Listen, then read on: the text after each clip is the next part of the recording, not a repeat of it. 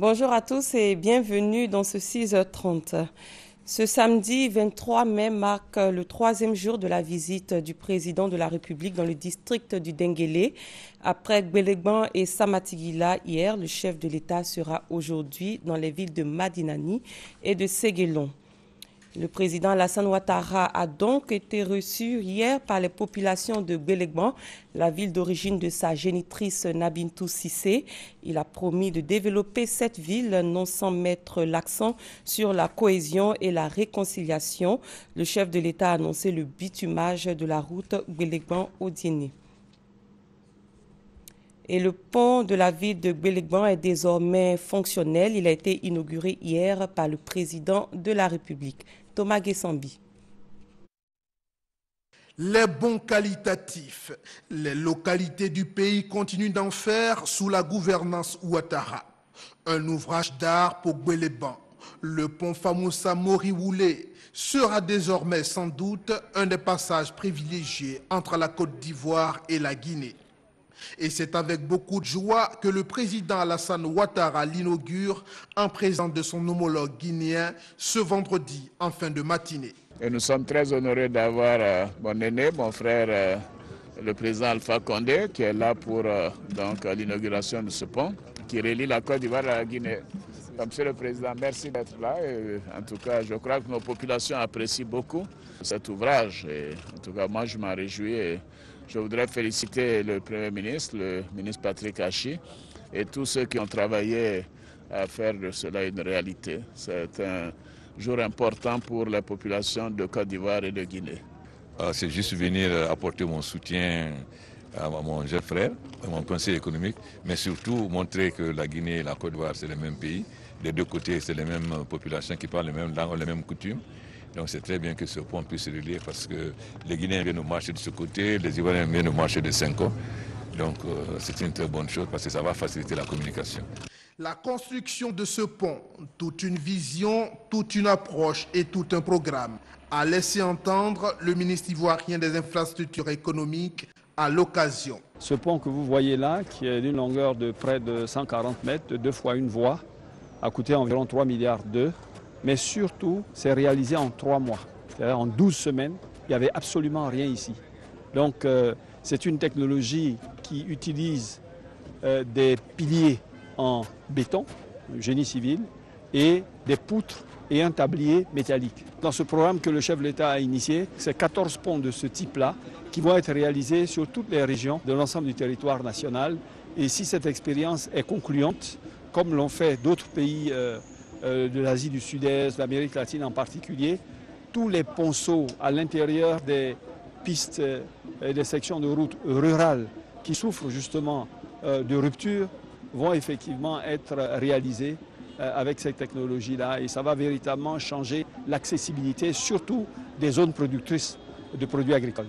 Moyen de communication et de rapprochement, les voisins guinéens n'ont pas attendu plus d'une minute après l'inauguration officielle de l'ouvrage pour se rendre massivement à Gbélégbang pour communier avec leurs frères ivoiriens, mais cette fois en regardant de haut, là, cette barrière naturelle d'antan. Le chef de l'État a animé dans l'après-midi hier un meeting à Samatigila. Il a tenu à remercier les ressortissants de cette ville pour l'accueil chaleureux qu'ils lui ont réservé. Alassane Ouattara a annoncé des actions pour le développement de Samatigila.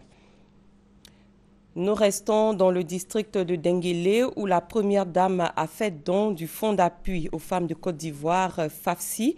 Selon Dominique Ouattara, 200 millions de francs CFA ont été décaissés pour 2000 femmes du district du Denguélé.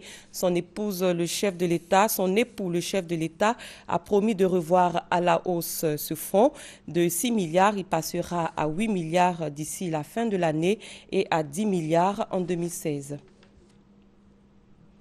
La Banque africaine de développement va tenir ce lundi sa 50e Assemblée générale doublée de son cinquantenaire. Le thème retenu pour ces assises, l'Afrique face au nouveau paysage mondial. Adama Kone situe les enjeux de la rencontre. L'hôtel Sofitel Hôtel Ivoire a fait sa toilette. L'édifice inauguré le 15 mai par le Premier ministre Daniel Kablan Duncan a fière allure. La première activité qu'il accueille est de taille, les 50e assemblées annuelles de la Banque africaine de développement BAD. Assurément, un rendez-vous économique de haute portée. Il s'agit pour nous, Banque africaine de développement, comme je l'ai dit, visibilité, se rapprocher donc des pays, des populations et des pays africains. Deuxièmement, de faire le bilan de ce qu'on a fait donc toute l'année qui s'écoule avant donc, les assemblées annuelles et de fixer les objectifs pour l'année d'après. Il s'agit également d'aborder les grands sujets du moment en fonction du contexte dans lequel nous sommes. Ces 50e assemblées ont la particularité de se tenir après le retour de l'institution à son siège statutaire d'Abidjan. Pendant 5 jours, les experts se concentreront sur le thème « L'Afrique et le nouveau paysage mondial ». Un paysage à 3 dimensions. Il y a 3 rendez-vous majeurs pour lesquels la voix de l'Afrique doit compter, donc doit s'organiser, parler d'une seule voix, pour que nous puissions, donc, sur l'échiquier mondial, peser pour que les décisions qui vont sortir de ces 3 rendez-vous-là soient des décisions qui prennent véritablement en compte les souhaits donc, des Africains. Le premier grand rendez-vous, ce sera en juillet sur le financement du développement qui va se dérouler donc, à Addis Abeba. Le second rendez-vous qui est important, c'est un rendez-vous international aussi qui va se dérouler à New York en septembre, qui va porter sur le développement durable. Qu'est-ce que c'est que le développement durable? Comment est-ce que les Africains voient ce développement durable? C'est quelque chose d'extrêmement important puisque ça aura des répercussions sur le financement donc, de ce développement, sur les choix qui vont être faits. La dernière réunion donc, internationale importante qui nous concerne aussi très étroitement, c'est la réunion sur le changement climatique, le COP21, qui aura lieu en décembre à Paris. À coup sûr, Abidjan sera bien inscrite dans l'histoire économique du Soudan du Sud qui vient d'achever son processus d'adhésion et qui prendra part pour la première fois aux assises de la BAD en tant que 80e membre de l'institution. Les maquettes pédagogiques harmonisées ont été remises récemment au ministre de l'Enseignement supérieur et de la Recherche scientifique. Elles vont donner une nouvelle orientation au système de formation et permettre aux étudiants en fin de carrière d'obtenir plus facilement un emploi. Herman Niamé. Il a fallu 6 mois aux experts de l'Union patronale de l'enseignement supérieur privé pour élaborer les contenus de ces maquettes pédagogiques harmonisées des licences professionnelles. Remise ici au ministre de l'Enseignement supérieur et de la Recherche scientifique, cette nouvelle trouvaille va permettre de donner une nouvelle orientation au système de formation qui devra faciliter aux étudiants l'obtention plus aisée d'un emploi après leurs études. Par le passé, quand un étudiant va à un cours dans une salle de classe, il passe les 3 quarts de son temps à copier. Mais aujourd'hui, dans le système qu'on met en place dans la licence professionnelle, dans le système LMD, l'étudiant est amené, d'abord il reçoit le cours, le support physique. On lui donne le cours avant, c'est pas comme avant, ou c'est au jour le jour. Vous voyez, il y a déjà une amélioration. Ces maquettes pédagogiques ont été conçues de façon consensuelle par tous les fondateurs d'établissements privés d'enseignement supérieur et les acteurs de l'enseignement supérieur. Elles vont donc mettre fin au cycle de confection individuelle de programmes pédagogiques par chaque établissement. Le ministre de l'Enseignement supérieur et de la Recherche scientifique se félicite de cette initiative. Il précise que le plus important de toutes ces innovations est l'employabilité des étudiants. On ne peut plus former pour former. Il faut former pour un emploi. Cela suppose qu'avant même de donner la formation, vous avez déjà identifié les partenaires, les entreprises pour lesquelles vous avez décidé de former. Ces maquettes pédagogiques conçues en 6 volumes comprennent les 25 filières de formation de l'enseignement supérieur. 992 ex-combattants ont achevé leur stage de resocialisation au centre de Mbayakro. Ils recevront chacun un financement de l'État afin de pouvoir se prendre en charge. Christine Menon.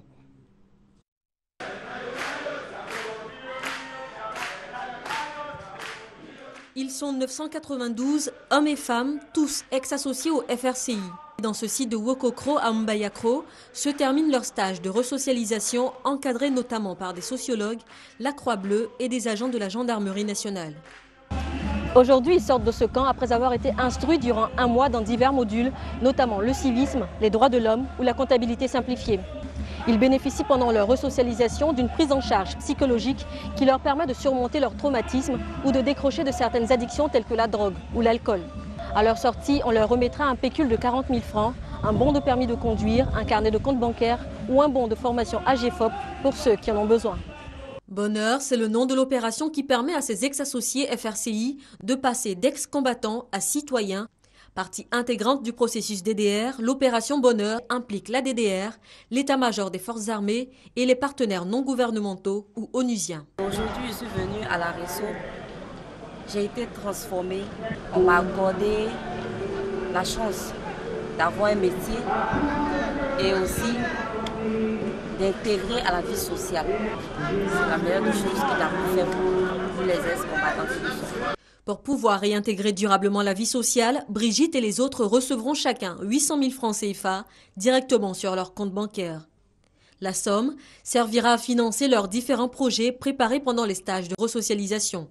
2120 ex-associés sur 5600 estimés sont déjà passés par la Resso. L'opération Bonheur se poursuit, mais s'achèvera le 30 juin à l'instar du processus DDR. Le président était très clair là-dessus, ça a été répété à plusieurs reprises. Il n'y a plus de place, il n'y a plus de matricule militaire. Nous avons fait des campagnes de sensibilisation pour leur dire que c'est maintenant qu'il faut que vous veniez. Il faut venir maintenant, autrement ce sera trop tard. Parce qu'un processus du DDR, je vais vous dire, ça coûte cher. C'est un processus qui coûte beaucoup d'argent à l'État de Côte d'Ivoire et aux contribuables ivoiriens. Donc il faut à un moment donné que ça s'arrête. Près de 74 000 ex-combattants relevaient de la DDR à sa création en 2012. 10 000 ont été retirés de l'effectif parce que décédés, auto-réintégrés ou installés à l'étranger. Au 20 mai 2015, plus de 55 000 sur les 64 000 ex-combattants véritablement concernés sont réintégrés ou en cours de réinsertion. Les 9 000 restants sont la cible de futures opérations de ratissage prévues se dérouler tout le mois de juin. En sport, Hervé Renard n'est plus l'entraîneur des éléphants de Côte d'Ivoire. L'annonce a été faite en présence de représentants de la Fédération ivoirienne de football. Anja Soukrou. Hervé Renard ne commandera plus le banc de touche des éléphants de Côte d'Ivoire. Il avait pour mission essentielle de rebâtir une équipe nationale. Et l'horizon qu'on s'était fixé, c'était l'horizon de la CAN 2017. C'est pour ça qu'on lui avait fait un contrat de deux années avec possibilité de reconduction. Donc, la première chose que nous avons fait, c'est donc exprimer notre regret que cette collaboration doive s'arrêter de façon anticipée. Après avoir brillamment remporté la CAN 2015 avec les éléphants, Hervé Renard veut s'attaquer à de nouveaux challenges. En ayant remporté 2 titres en 2012 et en 2015, je me suis dit que, d'une part, je vous l'avoue sincèrement, il me serait difficile de faire mieux sur ce continent. Et je me suis dit qu'il était temps de relever d'autres challenges, c'est-à-dire côtoyer le plus haut niveau de ce qui se fait en club en Europe. Hervé Renard est fortement pressenti pour remplacer René Girard au poste d'entraîneur de Lille en Ligue 1 française. Les dirigeants de la FIF ont accédé à sa demande de partir sans révéler les conditions de cet accord avec leur ancien employé.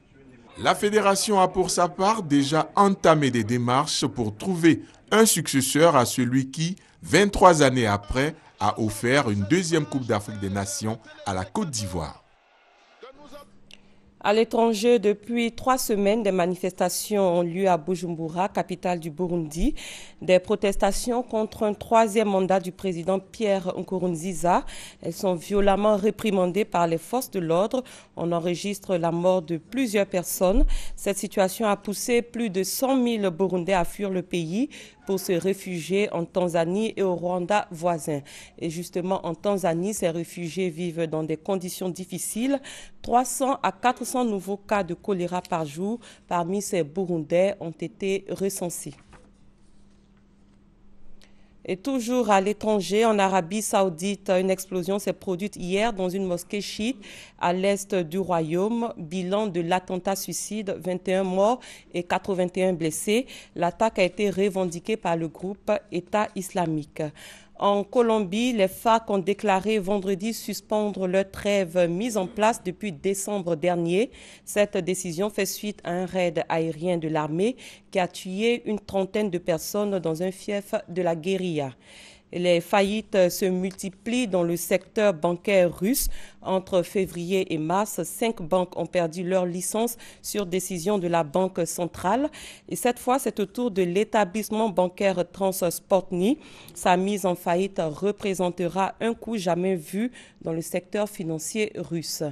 Et c'est la fin de ce 6h30. Merci de l'avoir suivi. L'information continue sur www.rti.ci. Très bon début de journée à tous et à toutes.